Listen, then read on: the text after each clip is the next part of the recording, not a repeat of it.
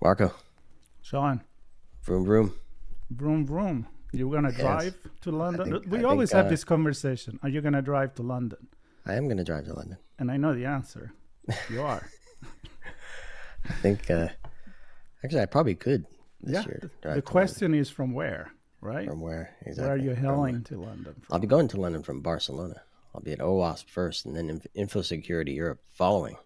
So I could drive. I still will fly. I have that flight booked already. So All right. All right. So chats on the clouds. No chats on the chats on the cloud. road. You're flying from you're flying straight Yeah. from the U.S. So I'm there you flying go. from Los Angeles, and then we'll hang out there.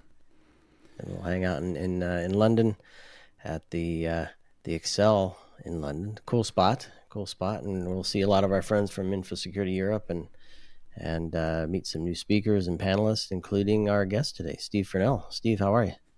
Fine, thank you. I'm not going to take such an exotic route to London for InfoSec. I shall just come down on the train from Nottingham and maybe a bit of Nottingham's Light Railway or something to get to Excel. You're gonna walk. Exotic as it gets for me. Some people might find Nottingham exotic. Who knows? Oh, Nottingham's very nice. Yeah, I encourage everybody once they finish at InfoSec to take a shortish trip up the train lines, come visit Nottingham, Robin Hood, all that. Mark, if I'm not mistaken, that's where Marshall is. Is Marshall in Nottingham? I don't know. I think it is That's a actually. good question. I Because don't know. we're actually thinking about going there. To I want to go see Robin Hood. That's for sure. And Robin Hood. I think Robin Hood hangs out behind the Marshall amp factory.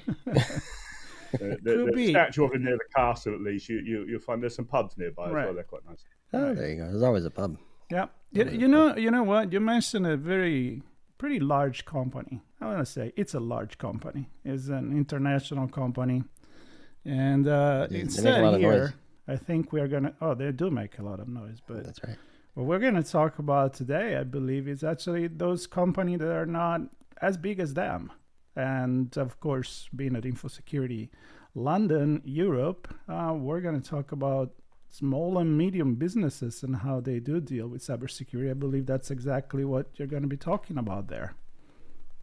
So that's certainly the focus of our panel, yes. So we're specifically talking about some work that we're doing as part of a research project, trying to now form what we're calling cybersecurity communities of support for small and medium enterprises. So trying to provide another channel for organizations that might find it difficult to engage with cybersecurity to have a means of getting involved in let's say a more socialized version of cybersecurity in a peer context. So that's the underlying aim of the project we're doing, and we've done a lot of lead up research looking at the nature of the challenges that face actually SMEs of different sizes. So that the term small and medium sized enterprise, of course, covers a multitude of actually quite different businesses and sizes involved. And before we get into all the goodness, Steve, perhaps a few words from you about your role at the university, and which I presume was where some of this research is taking place, and some of the other things you're involved with in cybersecurity specifically. Yep. So absolutely. So my day job is Professor of Cybersecurity at the University of Nottingham. So we've got a cybersecurity research group there in the School of Computer Science, but also with some interdisciplinary links to colleagues in other schools and faculties. We've got a fairly large PhD community looking at a variety of different aspects of cybersecurity. So verging from the business, human and organizational stuff through to much more technical aspects of it. The project that we're talking about at InfoSecurity is one of several that we've got going on. But the wider range of activities, of course, it spans both research and the more general education and public engagement around cybersecurity. You know, Steve, I've been talking about the connection between cybersecurity and society for as long as I've been talking on ITSP Magazine, actually, which is 11 years now. And I don't know. I feel like there is still a very big gap. I think technology has been helping. I think maybe legislators have been helping as well. But I'd like to hear from you. Where are we standing at this moment in time? Yeah, so I think fundamentally, I think you're right. There is still a fairly significant gap in some areas in terms of the things that we really need, let's say, societally as individuals and as organizations to actually keep up with it. As you mentioned, the technology itself keeps advancing. So there's more things we can usefully do with it. There's more benefits that are offered to us. But at the same time, the whole, the fundamental connectivity, the extent to which we're online, our data is potentially exposed, that we're, let's say, individually and in businesses, organizations, depending on the technology, all of that advances as well. So if we're not dealing with the cybersecurity aspect, then we're more exposed and to a greater degree across a wider landscape of things. And if we look at, let's say, the fundamental, what can we term it, cybersecurity literacy of individuals, I don't think that dial has moved anywhere near as much as people's appetite to adopt technologies and services and their consequent use of it, their ability, their understanding of what the risks are and how to secure it, unless it's done automatically for them. I think that the position is not greatly advanced, certainly not to the same extent as the technology itself. So it's interesting, Steve. I'm curious how that shakes out in the program you have at the university, bringing the next generation of professionals into the field. What does that look like? Who are you seeing interested in this? What are you teaching them, and how does that relate to what we need in the space? So one of the things that we do, is one of the other project activities that we've done recently at the university, is to try and promote cybersecurity and actually related careers to younger people, so actually mainly to the pre-university student community. So we've done a number of events funded by the Department for Science, Innovation and Technology, which we've termed Step into Cyber. And so that's been trying to raise awareness of the fact that cybersecurity is a thing that we need as a society, and also the career opportunities that young people could look to pursue within it. And actually, not just from the perspective of those interested in computer science and related topics, but the wider breadth of cybersecurity and the roots in there, the need for the different interdisciplinary skill sets to actually do the job properly. Yeah, and I know, Marco, you probably want to jump in, but I don't know. Maybe you can kind of shape the picture for us in UK, maybe broader Europe, if you have a view of that for the SMEs, SMBs here, they referenced here in the States. Mm-hmm. A lot of at least my perspective is when you get to the smaller organizations, they don't have the staff. They often don't have a wide range of budgets to do things, and therefore they look for partners in service providers. Is that also the case in the region you see and or have connections with? And then how does that also shape the training that we're providing? Yeah, so I think it's certainly true that many smaller organisations, particularly in our parlance, in the small and micro organisation range. So we're talking that organisations up to 50 employees for the small and up to 10 for a micro organisation in sort of European parlance. Yeah, very often, no, they don't have a number of things potentially. They don't have the budgets, they don't have the in-house expertise, they may not have the understanding that it's an issue that they need to answer in the first place. And very often, even if they do, they don't have the time to direct towards it because of the other pressures of actually running the business and keeping that afloat, let's say.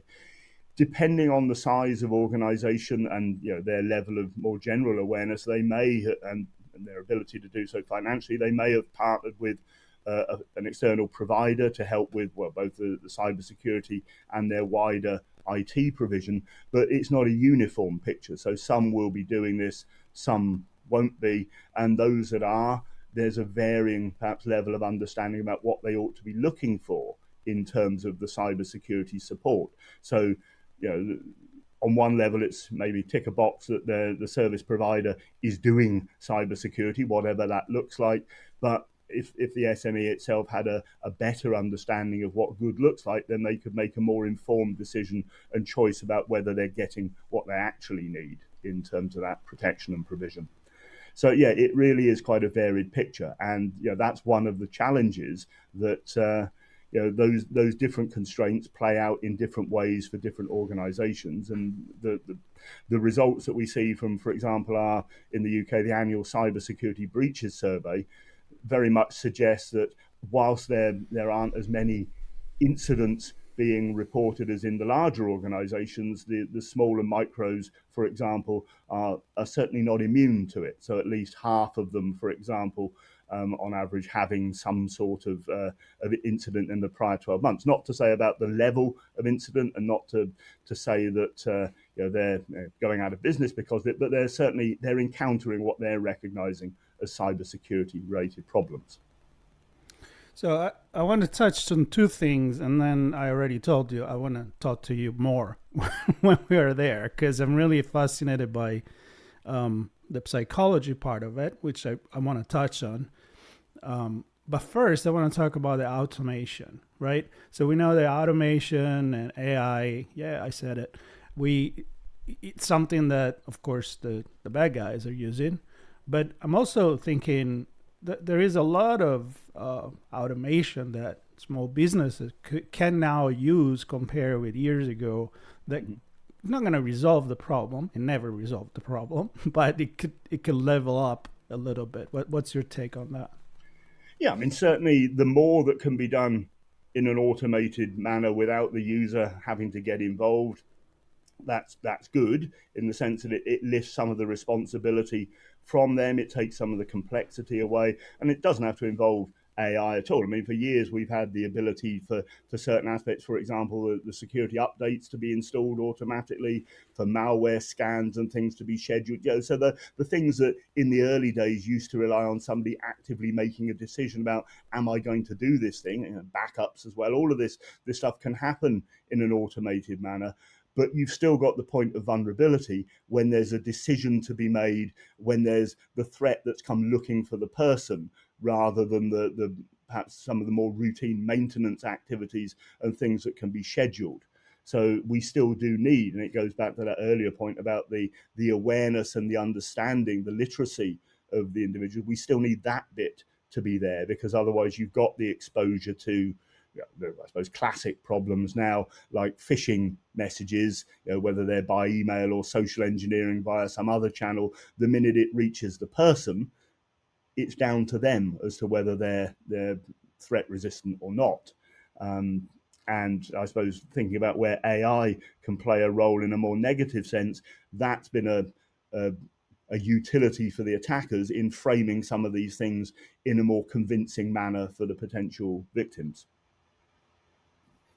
So I'm going to touch on a couple of things here, Steve. And I think they're related, and perhaps you can confirm that in your response. But the supply chain has been something that keeps coming up, and I noticed that it's noted in the abstract for your panel discussion as well. And in the description, you also talk about community. So where SMEs can come together and share information, share knowledge, collaborate perhaps even with some of their other partners. I think we start to raise the bar for everybody when we do that. And so perhaps this is where the connection comes in for the project, the other project you're working on. What is it? The Psy. I should have had that handy. Where is it? Psychos. Psychos. There. I wanted to say Psychops, and I was like, that's not it. Psychos, like as in cosplay. So is that a connection? We can all dress up. Yeah. That's right. Exactly. Well, you got to come to the party appropriately. So I don't know. Is that a connection? That project? Absolutely. I mean, so the fundamental principle that we're trying to work towards within the project is to form these. I say we're calling them communities of support. So that's where the Psychos name is coming from. It's cybersecurity communities of support, and the idea is to bring together the SMEs and the providers or advisors on cybersecurity within a community context. I think most naturally based on location, so that there is a potential to have an in-person aspect to it, but potentially by sector, potentially by size of SME, recognizing that, okay, the micros might have a different perspective to the mediums, for example, and also potentially linking back to what you said, in the context of organizations all within the same supply chain. So there could be a useful opportunity for a larger organization to form such a community around its supply chain partners to help socialize cybersecurity issues there, to offer a, let's say, a safe space for questions to be raised, for concerns to be aired, for recommendations to be made and sought. So a context for basically for a conversation to happen around this, to make it a more accessible subject for those that feel they don't know enough about it, or for those that perhaps don't even recognize the issue, and then to realize that perhaps it's something that they could learn more about, and then have a peer community from which they can get access to information. Not in a sense of selling, and not in a sense of having to give away all of their sensitive details of their organization, but in a context where they can share what they're comfortable with and get some sense of being able to talk about it with others. And certainly in the research that we've done in the earlier parts of the project, talking to SMEs themselves and talking to providers who deal with them, that notion of sort of not feeling they've got somebody they can talk about it with, or at least without it costing them money in some way, is something that seems to be missing. It's certainly not an absence of guidance being out there. There's plenty. If you do a web search through any chosen search engine for SME cybersecurity guidance, advice, there are plenty of sources. What we found looking at them within the research that we've done is they're not necessarily consistent in what they cover. So different topics air to different levels in different places, and they're not necessarily consistent, and they're not consistent in the level to which they take the advice. So, some will range from sort of just general tips, some will be more sort of action points, but as an SME, you've still got to have some level of expertise and capability to put those points into action. And so having a community in which you can ask, well, okay, this bit of advice says I need to do this. How might I do it? What did you do? What were the problems when you did this? That sort of discussion has a place to occur. Right. And so I love the community.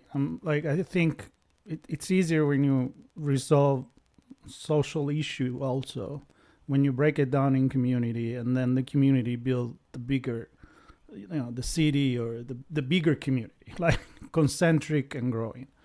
But before they get to the community aspect and getting together, they need to be aware of the issue. And and Sean, of course, we had a nice conversation at RSA conference San Francisco with Jason Nurse, which is a professor at the University of Kent. And one of our collaborators in the project. So Jason's another member of the team. So there you go. Jason very well. And given that you mentioned him, I should also mention Maria Barda from Queen Mary University, who's the other partner in the project. Yeah. And we were exactly talking about that. And he did a presentation there, the psychological aspect of things and how people are really not feeling it. I mean, I'm saying it very LA here. I'm not feeling it. But what I mean is they're very scared. They're, I don't know, over alert, kind of like, crying wolf, but not really understanding and kind of getting detached from it. So is the solution there maybe a little bit more involvement from a requirement, from legal perspective, from government stepping in, or there is something, in your opinion, that, as Justin said, that we can do as a community?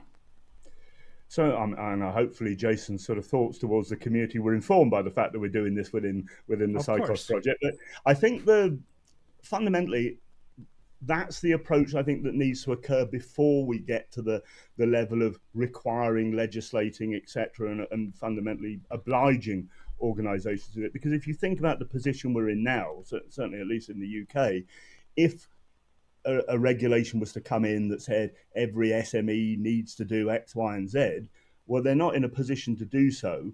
And there isn't the level of support and accessibility of support out there for them to be able to be guided. I mean, we've got fundamentally still a skill shortage in cybersecurity, so that pushes the price of it up, et cetera, et cetera. So it would be I suppose, both unrealistic and unfair thing to put that requirement in place at this stage. What we need is to be able to raise the bar and to raise the level of capability and options to engage to a degree where it would then be realistic to say, okay, you've got these resources available to you. There is a path that you can take. And I'm not suggesting that the PsyCOS communities would be the sole answer to this, but the whole landscape needs to mature that bit further before we'd be ready for that, I think. Makes sense. And I go back to your the one example of many that you shared, but I'll call it the tip of the supply chain arrow, kind of leading the charge for we've done a lot of investment here. We kind of know what's going on. We're going to help our supply chain understand and be better prepared under our guidance, because we've done a lot of this work. So I really like that idea and many of the other things you mentioned. Let's as we wrap here, Steve, your session is called Enabling Cybersecurity Communities of Support for SMEs. Very much on target for what we just talked about, of course. And it's with, let's see, Stephen Bell, Sapna Chadha, and Amanda Finch, led by James Coker. That's on Wednesday the 4th from 11:45 to 12:20 local time there in London, of course. Who do you expect to be in? And that's on the keynote stage. Who do you expect? Probably most of the conference, but who do you expect to be there? Who are you speaking to, and what can they expect from your session when they leave? So, what I'd like to think the audience would be composed of is cyber practitioners who would be potentially interested in engaging and supporting the communities from that side of things. There may well be sort of the general members of the general business community, the actual SME target community who need the support in cybersecurity. If they're there and can hear that message and want to engage, that would be great as well. What we're really interested in from the perspective of the project is to get some further engagement of both SMEs and the practitioners, the advisors, to form a series of pilot communities that will then run, analyze, monitor, and evaluate as the final aspect of the project itself. So basically from the autumn or fall period, we're looking for those pilot communities to operate, and that will be sort of into early 2026. And so I say from our perspective, the aim of the panel is an awareness raising thing around that, as well as to share the findings that we've had from the earlier stages of the work. And the folks that you mentioned, sort of the Home Office and the Cyber Resilience Centre for London and CySec, which the other panelists represent, they're all some of the partner organisations that are there alongside us from the universities as part of the project. Yep. I love it. And I think it summarized very well what the reason why we do conferences is, right? The community getting together and making steps towards a better future. And as the theme of the conference this year is building a safer cyber world, makes sense to me that we really literally focus on the small, medium business, because those are the majority. Those are the job that really give to the living to the small communities and families and the owners and people that work with it. So SMEs make the world tick, for sure. Yeah, exactly. So I don't know what else make the world tick. It's InfoSecurity Europe, which happened the 3rd to the 5th of June 2025. We will be there. Steve, I'm really looking forward to really talk to you. We'll grab Jason too, and we'll have a conversation together. And I'm gonna early invite you back for when those pilot communities come together. Right. Love to have you on for another chat to hear how that's going and what they're looking like. Would love to talk to you about it. Perfect. Very good. Perfect. We'll see you there, Sean. I may have to see you there too, unfortunately. I know. Well, I think we arrived the same day. Different we origins, but we arrived the same day. I'll wait for you. Yep. All right, you wait for me. We'll take the train into over to the Excel. Well, we're not staying there, the Excel, but anyway, it's gonna be fun. It's gonna be a good week as always. Appreciate the InfoSecurity PR team for helping us pull conversations together before, during, and after the event. And of course, if there are stories that need to be told, you can connect with us on LinkedIn, and we'll help tell those stories. In the meantime, stay tuned to all of our conference coverage for InfoSecurity Europe on itspmagazine.com. Steve, thanks a million. Appreciate you. Everybody listening, watching, thanks for joining us.